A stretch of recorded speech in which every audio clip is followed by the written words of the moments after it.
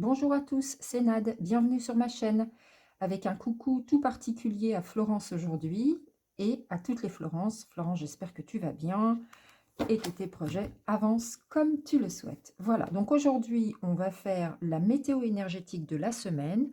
On va aller voir un petit peu les énergies qui viennent à vous pour passer cette semaine, qui viennent à nous. Alors, on va reprendre, comme les 2 semaines précédentes, le murmure des animaux. Donc, on va vous faire 3 cartes. On lira le petit mot d'introduction dans le livre. Et puis, la personnalité aussi, pour voir si vous vous reconnaissez dans la personnalité de l'animal. Et surtout, on ira voir la partie météo énergétique qui nous intéresse aujourd'hui. Voilà. Alors, il y en a déjà une qui est tombée, donc je vais la prendre. J'en tiens compte. Qu'est-ce que je fais? Du coup, je les laisse tomber ou je vais les chercher les deux autres? Voilà que j'hésite. En tout cas, la première, elle est venue toute seule. Allez, on va chercher les deux autres. Hop.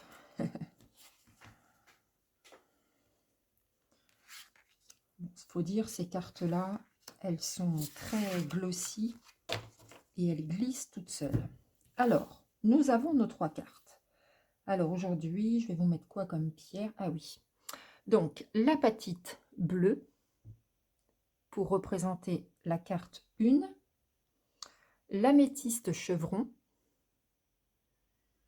pour représenter la 2e carte. Et puis, une aventurine verte pour la 3e carte. Voilà, je vous laisse faire votre choix. Quelle est la pierre qui vous attire le plus? Pour les personnes qui ont choisi la première carte avec cette jolie pierre d'apatite. Alors, quel animal nous avons pour cette semaine? Nous avons l'escargot qui représente la patience. On n'était pas déjà tombé sur l'escargot? Ça me parle. Alors, il est où l'escargot? 83. Alors, je l'ai passé. Non, peut-être. Bah si, en fait. Bah si.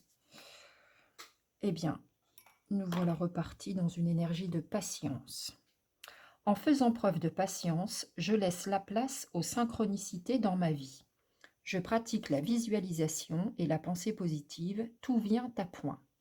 Quel que soit le domaine, parce que là c'est tout domaine confondu, on n'a pas la personnalité, la vie professionnelle, spirituelle, énergétique et côté cœur. C'est quel que soit le domaine confondu, quel que soit le domaine. A-t-on déjà vu un escargot courir ou gagner une course de vitesse? Quel que soit le domaine concerné, cette carte est là pour t'inciter à faire preuve de patience. Que tu sois dans l'attente d'un renouveau professionnel ou d'une rencontre amoureuse, tu es invité à lâcher prise. Le renouveau que tu attends sera bientôt là, mais il faut que tu acceptes de laisser le temps au temps. Tu ne dois pas chercher à précipiter les événements ou forcer les choses, sinon tu risques de rencontrer des blocages et des retards. Tout arrivera quand tu t'y attendras le moins. Accepte simplement de ne pas pouvoir tout contrôler. Eh oui. Place ta confiance en l'univers et en tes guides et laisse faire les synchronicités. Tu peux aussi visualiser les choses que tu souhaites voir advenir dans ta vie. Pense positif. Selon les principes de la loi de l'attraction, souviens-toi que l'on attire à soi ce à quoi l'on accorde de l'importance par la pensée. C'est donc plus que jamais le moment de visualiser de façon positive. Voilà, soyez patients les amis, c'est ce que la carte de l'escargot nous enseigne. Voilà.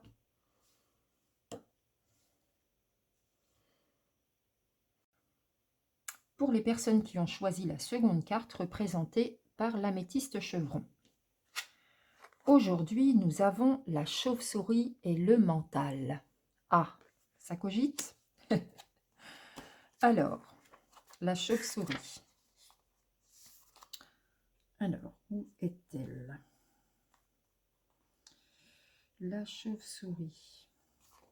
Je ne la vois pas. Ici, page 54. Alors, que va nous enseigner la chauve-souris? Le mental. Je sors du mental pour me reconnecter à ma voix intérieure. Je demande à mes pensées de faire silence pour mieux écouter mon intuition. Personnalité. Comme la chauve-souris qui vit au fond de sa grotte dans l'ombre, tu as tendance à être solitaire. Il est possible aussi que tu aies un passé lourd, difficile, et que certaines de tes blessures t'enferment dans ta part d'ombre. C'est drôle, on parlait de blessures hier, me semble-t-il. De même, comme cet animal, tu as su développer un radar qui te permet de détecter les situations à risque autour de toi et les personnes potentiellement néfastes. Tes ressentis sont d'ailleurs très souvent justes. La chauve-souris renvoie au mental. Ton cerveau est en ébullition permanente, empli de pensées, pas toujours très agréables d'ailleurs, et difficile à gérer sur le plan émotionnel. Cet animal totem est là pour t'aider à être dans une libération de ton mental, à sortir de l'ego, de ces blessures qui t'entravent, pour te guider vers ta propre lumière. Tu as en toi toute la bravoure et le courage nécessaires pour guérir. Ça vous parle, les amis? Alors, la météo énergétique. Tes énergies peuvent être perturbées si tu es dans le déni de tes capacités spirituelles. En refusant tes dons, tu bloques l'afflux d'énergie, épuisant de plus en plus ton propre capital énergétique. C'est la peur engendrée par ton mental qui est à l'origine de ces blocages. Tu es invité à prendre confiance en toi et à accueillir tes capacités avec amour et bienveillance.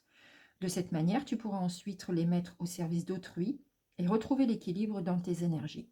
En revanche, si tu continues à les bloquer, tu risques de ressentir des troubles physiques importants et de te sentir de plus en plus fatigué.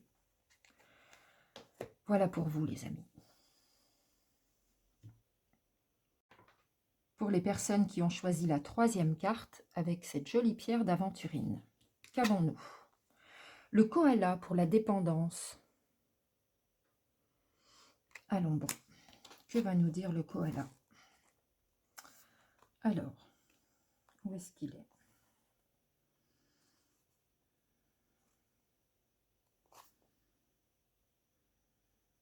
Je ne le trouve pas.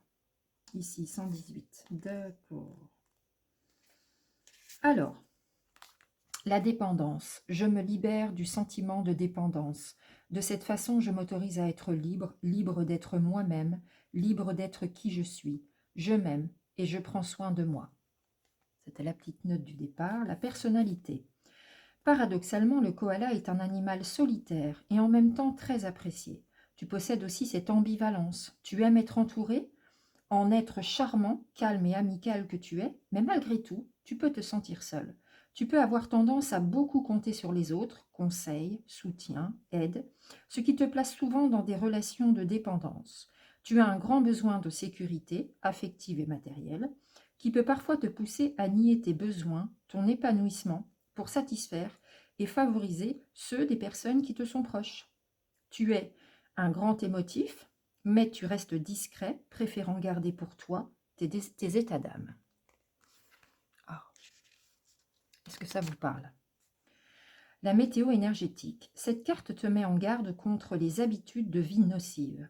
Cela peut être une dépendance à la cigarette, à l'alcool, au sport, aux jeux vidéo, des troubles alimentaires. On t'invite à comprendre que, à l'excès, ces comportements nuisent à tes énergies, à ton corps et à ton équilibre. Plus ton taux vibratoire sera bas, plus tu risques de ressentir des troubles physiques. Sommeil perturbé, carences, douleurs, etc. Alors libère-toi de ces mauvaises habitudes et prends soin de toi. Tu retrouveras ainsi un équilibre énergétique et une meilleure santé. Des pierres comme l'améthyste, la kunzite ou encore la lépidolite peuvent t'aider dans ce processus.